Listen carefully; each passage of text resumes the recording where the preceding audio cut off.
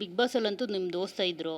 ಈಗಲೂ ಅವಾಗವಾಗ ಏನಾದರೂ ವ್ಲಾಗ್ ಮಾಡಿಬಿಟ್ಟು ಎಲ್ಲರನ್ನೂ ಎಂಟರ್ಟೈನ್ಮೆಂಟ್ ಮಾಡ್ತಾ ಇದ್ದೀರಾ. ಇಲ್ಲಿ ಯಾಕೆ ನಿಮ್ಮ ದೋಸ್ತನ ಬಿಟ್ರಿ ಅಂತ? ನಾ ಬಿಟ್ಟಿಲ್ಲ, ಅವ್ರ ಚಾನಲ್ ಅವ್ರು ಬಿಟ್ಟಾರ, ನಾ ಏನು ಮಾಡಲಿ. ಅಲ್ಲಿ ನಮ್ಮ ದೋಸ್ತ ಅಲ್ಲಿ ಜೋಡಿ ನಂಬರ್ 1 ಹೋದ, ನನಗೂ ಕರೆದ ದೋಸ್ತ. ಬಾ ದೋಸ್ತ ಅನ್ನ, ಅಯ್ಯೋ ನನ್ನ ಮದುವೆ ಆಗಿಲ್ಲ ಬಿಡು ದೋಸ್ತ. ಅಲ್ಲ, ನಿಮ್ಗೆ ಮದುವೆ ಆಗಿಲ್ಲದೆ ಹೋದ್ರೆ ನಿಮ್ಮ ಜೋಡಿ ಇದಾರಲ್ಲ, ದೋಸ್ತನೇ ನಿಮ್ಮ ಜೋಡಿ.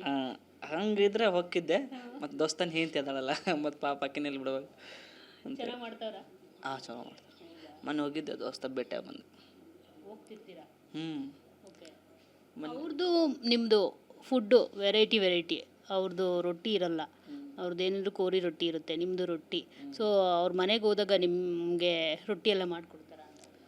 ಮನೆಗೆ ಹೋದಾಗ ಅವತ್ತು ಏನು ಇದು ಮಾಡಿದ್ರು, ಅನ್ನ ಸಾರು ಏನೋ ಮಾಡಿದ್ರು, ರೊಟ್ಟಿ ಮಾಡಲ್ಲ ಅವರು. ಹೋಗಿದ್ದೆ, ದೋಸ್ತರ ಊರಿಗೆ ಹೋಗಿದ್ದೆ. ಅಲ್ಲ, ಇವಾಗ ನೀವು ಇಲ್ಲಿ ಬಂದು ಬ್ಯುಸಿ ಆದರೆ ನಿಮ್ಮ ಕುರಿಗಳನ್ನ ಯಾರು ನೋಡ್ಕೋತಾರೆ? ಅದರಲ್ಲಿ ಕಾಕಾರ ಕೈತಾರ. ಯಾರಾದ್ರು ಫೋಟೋಸ್ ಬಂದೆಲ್ಲ ಕೇಳ್ತಿರ್ತಾರ ಹನುಮಂತಣ್ಣ ನಿಮಗೆ? ಬರ್ತಾರಕ್ಕ, ಊರಾಗಿದ್ದ ಬರ್ತಾರೆ.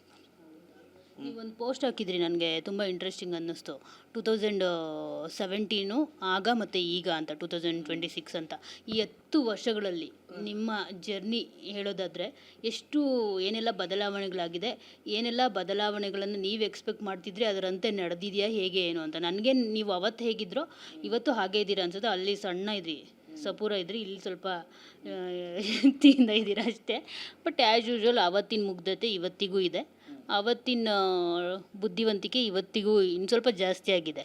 ಸೊ ನೀವು ಏನೆಲ್ಲ ಚೇಂಜಸ್ನ ನೀವು ನೋಡ್ಕೊಂಡು ಬಂದಿದ್ದೀರಾ ಅಂತ ನಿಮ್ಮ ಜರ್ನಿ ನೆನೆಸ್ಕೊಳ್ಳೋದಾದ್ರೆ? ಆವಾಗೆಲ್ಲ ಕುರಿ ಕಾಕೊಂತಿದ್ವಕ್ಕ, ಆವಾಗ ಒಂಥರನೇ ಬೇರೆ ಇದ್ವಿ. ಮತ್ತೀಗ ಈ TV ಶೋಗೆಲ್ಲ ಬಂದಾಗ ಸ್ವಲ್ಪ ಚೇಂಜ ಅನ್ನೋಕ್ಕೇನು ಸ್ವಲ್ಪ ದಪ್ಪ ಆಗಿನಿ. ಆ ಕುರಿ ಕಾಯ್ಬೇಕಾದ್ರೆ ತಳ್ಳಗಿದ್ದೆ. ಜರ್ನಿ ಚಲೋ ಇತ್ತು. ಏನು ಅನ್ಸುತ್ತೆ ಇವತ್ತು ನಿಮ್ಮನ್ನು ನೀವು ನೋಡ್ಕೊಂಡಾಗ? ಏನು ಅನ್ಸುತ್ತೆ?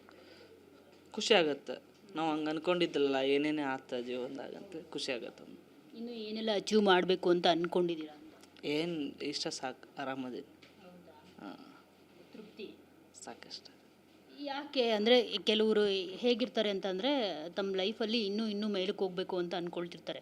ಸೊ ನೀವು ಯಾಕೆ ಈ ಥರ ಅಂತ ಹೇಳ್ಬಿಟ್ಟು ಬಿಗ್ ಬಾಸ್ ಕಪ್ ಬರ್ತಿದ್ದಂಗೆ ಎಲ್ಲೂ ಬೆಂಗಳೂರಲ್ಲಿ ನಿಂತ್ಕೊಳ್ಳೇ ಇಲ್ಲ, ಜೂಟು. ಫಾರ್ ದ ಫಸ್ಟ್ ಟೈಮ್ ನಾವು ಆ ಥರ ಕಂಟೆಸ್ಟೆಂಟ್ನ ನೋಡ್ಕೊಂಡಿರೋದು. ಎಲ್ಲೂ ನಿಂತ್ಕೊಳ್ದೆ ಸೀದಾ ಊರ ಕಡೆ ಹೋಗಿದ್ದು.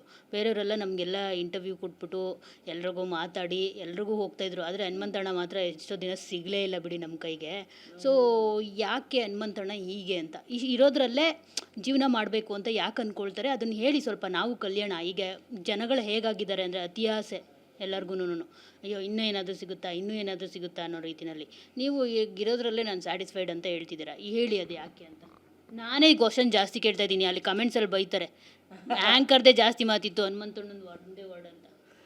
ಏನಿಲ್ಲಕ್ಕ, ನಾ ಬೆಂಗಳೂರು ನನಗೆ ಹೊಂದಂಗಿಲ್ಲ ಅನ್ನೋಕ್ಕೆ ಇಲ್ಲಿ ಊಟ ನಂಗೆ ಇದಾಗಲ್ಲ. ಹಂಗಾಗಿ ನಾನು ಊರ ಕಡೆ ಜಾಸ್ತಿ ಹೋಗ್ತೀನಿ.